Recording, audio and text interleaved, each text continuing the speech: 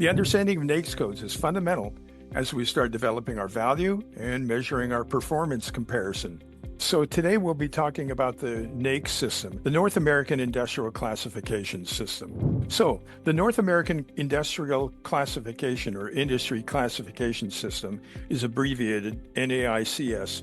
It replaced the system called the Standard Industrial Codes or Classification, SIC, and those were typically 4-digit numbers, and occasionally you'll see those on some tax returns and some market multiple data sets or performance data sets. Let's talk about NAICS codes and what they mean. So again, it is a standard framework used by statistical agencies in the United States, Canada, and Mexico, Bureau of Labor Statistics or Bureau of Economic Activity, banks. It's a widely used and standardized framework, and it classifies the business by its revenue generating activity, not the assets that it has, but what are the activities that generate revenue. The NAICS codes and that hierarchy is embedded in our market multiples and our financial benchmarking systems. And that matters, again, because it determines the transactions that populate from peer comps for our market multiples, and it determines the financial benchmarks that are in performance comparison that are sourced from ProSite, formerly called RMA. And it shapes our interpretation of the risk of the performance and the risk within the industry and how we can compare our subject company to that risk in the industry and within that comparison group. And we want to make sure that we're doing it properly because it does impact our pricing analysis, which reflects how buyers actually evaluate or consider or measure or analyze a business. So it's important. Let's go on. So NAICS, the code structure is that first, it is organized around the 2-digit level. 1-1, you can see the examples. 2-3, 3-1, there's a 3-2 and a 3-3. For manufacturing, for wholesale, it's under 4-2. For the retail trade, it's 4-5. Here you can see professional, scientific, technical service, such as an engineering firm, a healthcare and social assistance, maybe home healthcare, accommodation and food services, maybe a full service or a fast service restaurant. And other services is a big category that could be everything from some personal care or home care or building care. And lastly, there's one more that could be an example here. Let's look at the next slide with a little deeper. So there we are. Retail trade, we have 4413. Automotive parts, accessories, and tire stores. What you may find on a tax return is that the tax preparer used essentially a 4-digit code followed by 2 zeros. And this is not a formal NAICS industry.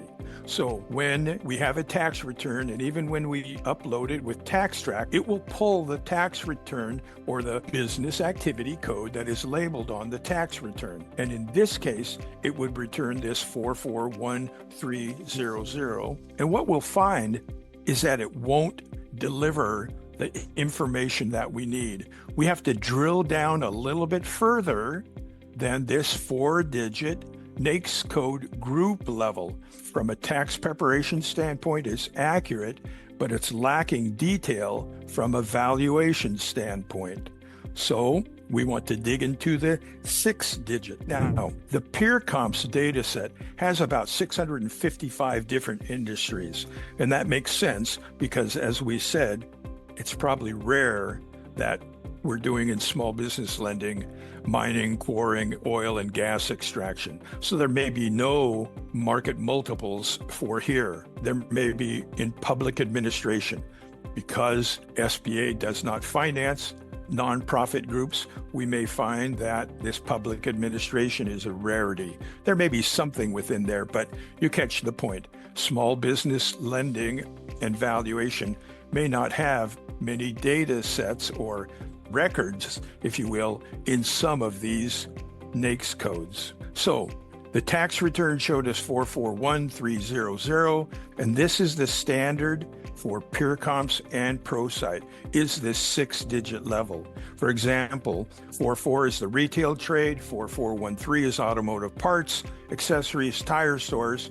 The activities of a tire store are entirely different than the automotive parts and accessory store. So we drill down further and we find that automotive parts and accessory stores is different than the tire store.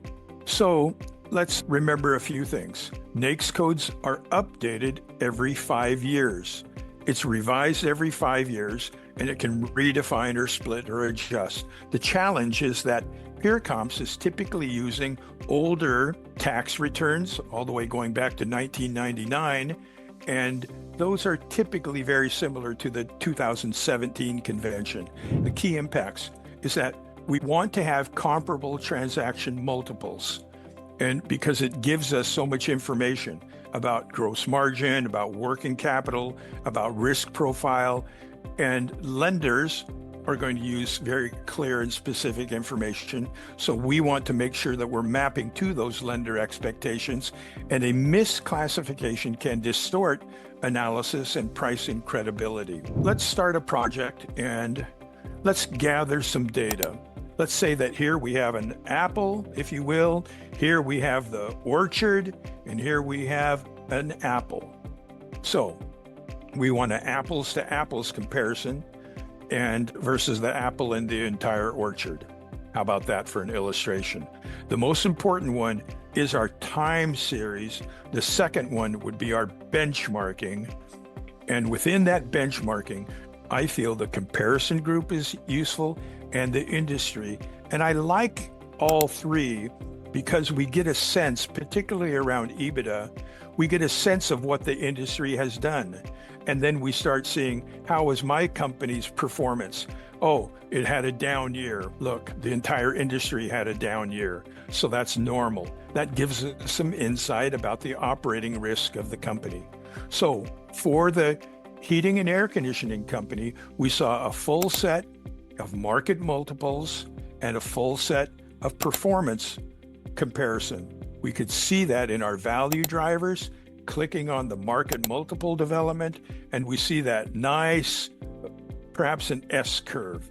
We have the outliers maybe from this 5th percentile and down, and from this 95th percentile and up. The tax return said 448210. I had selected that from the tax return, we'll say. However, it changed in 2022 to a new NAICS code, 458210. So this is a function of the crosswalk functionality within BizPro Value. The 2017 was represented here and is most commonly used in our tax returns, but our performance analysis uses the 2022 NAICS code convention, and we see that has changed, and we'll present that in red like this. So now we have our shoe retailers from this industry code, and I can filter that in the same way. Now, here's an example for shoe retailers. We don't have data available for a revenue range of $1 to $3 million, and that's rare, but occasionally seen. So in that case, I may have to stay with this all description, and there I have my data. So that's an illustration where at times we may not have a filterable comparison group, and we only have the industry, which again supports the idea that the most important ratio analysis is that over time. How is the company trending? Is it getting better or worse? Is there a trend? Is there volatility? Trend is important. Volatility may be less important because I may see that same volatility within the industry. In this case, I had a known 6-digit number, but we're illustrating that if we had searched at the 4-digit level for my market multiples, it still returns a value, but they are a little bit different than what I had at the 6-digit level.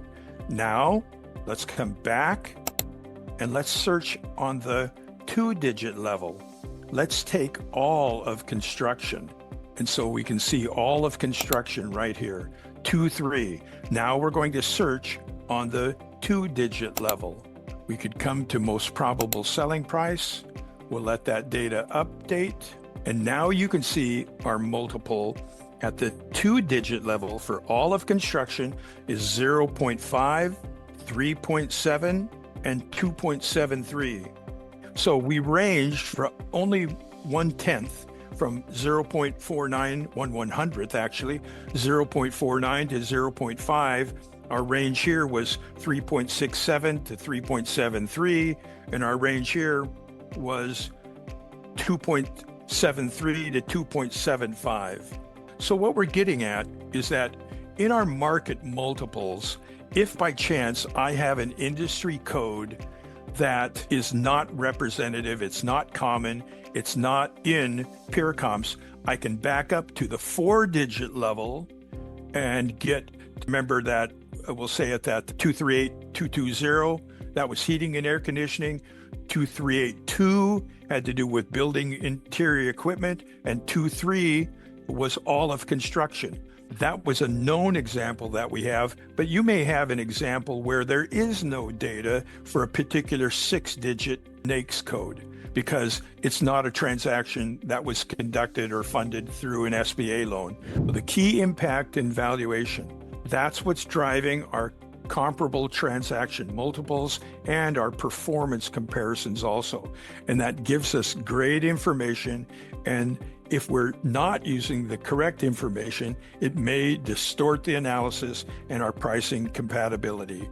Some solutions that we have, we're using the 6, 4, or 2-digit NAICS codes where we need a larger picture. Rather than the detail of the 6, we want a bigger picture at the 4-digit level or the bigger picture at the 2-digit level. And that's particularly useful when we have a tax return and it uses a very abnormal NAICS code that we can't find data for on that 6-digit level. And therefore, performance comparison, we may want to rely primarily on our time series analysis rather than the benchmarking analysis for the industries. So that's the point of the NAICS, the North American Industry Classification System, and how it's used by ProSite, RMA, and how it's used by peer comps, and how BizProValue provides that crosswalk and greater depth of analysis for your market multiples at the 6, 4, and 2-digit level.